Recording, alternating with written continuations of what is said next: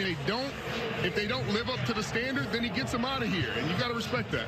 Yeah, and I think when you think about it, look at go for it, and then, oh, hey, by the way, guys, if you want to, we'll go inside for practice. And looking back for his head coach to give him some approval. Situational master meetings, they're talking about how do we be at our absolute best at all times of the game.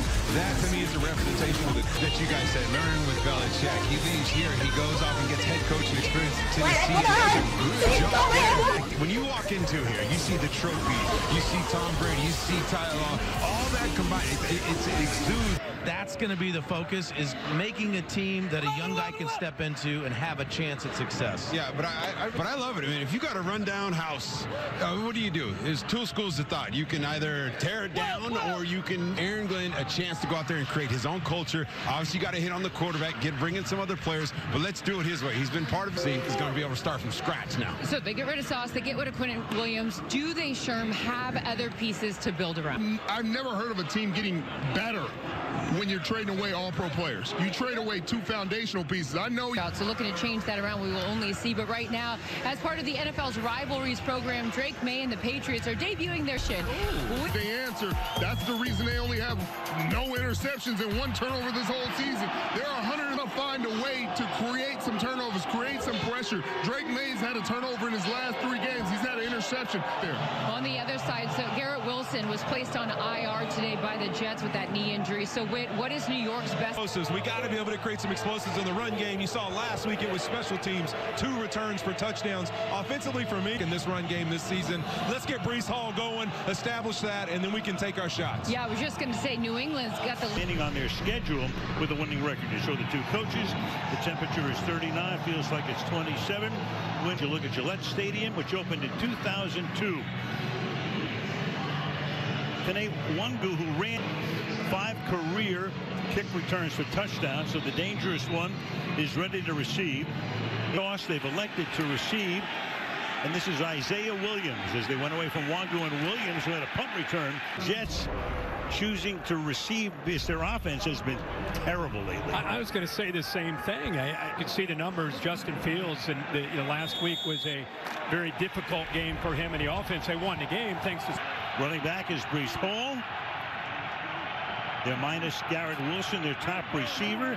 Ness is caught up at the 34-yard line. He goes to Mason Taylor, the #1 tight end. Robert Spillane makes the stop. This year, he struggled in Chicago. He struggled in Pittsburgh. But it's not about physical talent. This guy, when you're understanding the scheme and the guys around him playing well together. 2nd and 4. Officials coming into market. Going to put it down a little bit shy.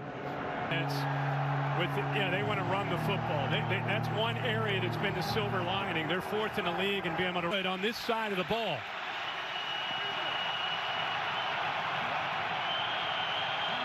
First down. So good start for the Jets tonight. First down at their own 37-yard line. Man coverage. So once you pitch that ball off the end man, you're talking about Breece Hall is just laying an easy first down in a big game for the Jets. From the 48, rolling, has some room to roam, and then slides to a stop after a gain of 7. Harold Landry. Mike Vrabel and his defense, eyes on the quarterback. And Justin Fields is trying to get back into your eyes on him and not allow him to scramble.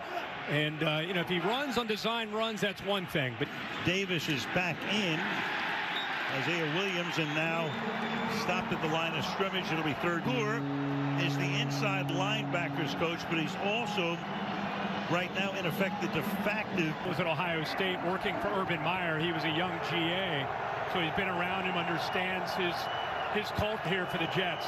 I say de facto because Terrence Williams, prostate cancer, and he right now is not. And finally forced out inside the 35 by Robert Spillane. They caught him in man coverage, and this is where you got to backs to the quarterback. This is what you got to do against Fields. Who's there to spy him? Usually you're going to have a linebacker, maybe drive. If Fields has been able to pull it down and get out and find space to pick up first down yardage. Sideline. On first down here, Fields again. Fields is inside the 34. Step around, big free agent signing for the Patriots. Let's see what happened to him Looked like maybe friendly fire, a leg whip into the lower part of his leg, so they're going to check him out. That's a big loss. Fields, his legs, which is a big strength of his. Hall showing him the drive upcoming. There is the offensive coordinator, Tanner Engstrand. As we say, that offense has been terrible up until the first drive tonight. Looks pretty good. Yeah, it looks good. And trying to find kind of that rhythm and flow here with Fields and his Jets offense. Running back is down. So the backup back to the 20-yard line. A lot of communication there with Fields, and he offs the left guard pull. Make this block right here. Kicks him out. Sets it up. Nice little crease. Hand the ball off for a 4-yard gain. Isaiah Davis, second-year man out of South Dakota State. It'll be second. You can run, you can pass. Opens up the playbook, and they've had success on 1st and 10 in the quarterbacks after this drive with 339 yards in the entire NFL. 10. Flip it here. Isaiah Williams. He's going to come back the other way. Throw, and it's incomplete. Chason, I mean, another one of these Patriots that's become a big story this year. Known for his ability to rush the quarterback. He does every day, and he gets his right hand after he turns, finds the ball, just enough there to be able to affect. 6.5 sacks.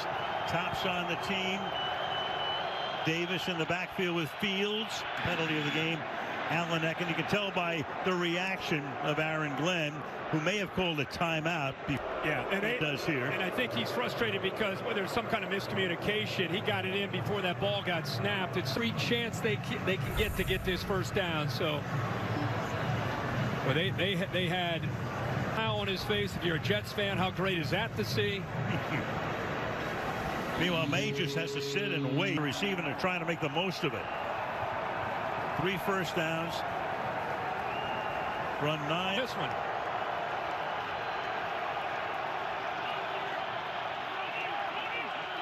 Has it, throws, caught to set up a first down, and Mitchell, who came over in the trade that sought. It's a really good combination. Justin Fields is very confident with that throw, gets back, really good vision. I mean, even if it's a simple slant route, in Mitchell, who's 6'2", 205, makes a great route, and he's the pile. Forward progress gets into about the 4-yard line. Halfway through the quarter. For Tanner Engstrand in this offense, than to consume this football and keep Drake May on the sideline. Aaron Glenn knew what he was. Not more clock. Now you got to finish. After doing all this work, you don't want to settle for a field goal. It's in terms of points allowed, and Fields around the corner. He'll get in for the score. Done around Harold, 72 yards in 14 plays, 11 of them on the ground to take the early lead. Al, you'll love this. This says you have this kind of speed, even when you misread it, you can outrun the end man on the line of scrimmage, Harold Landry, if he commit a heck of a drive to start this game for the Jets. 41-year-old Nick Folk has not missed a single kick this season. Now he's 13.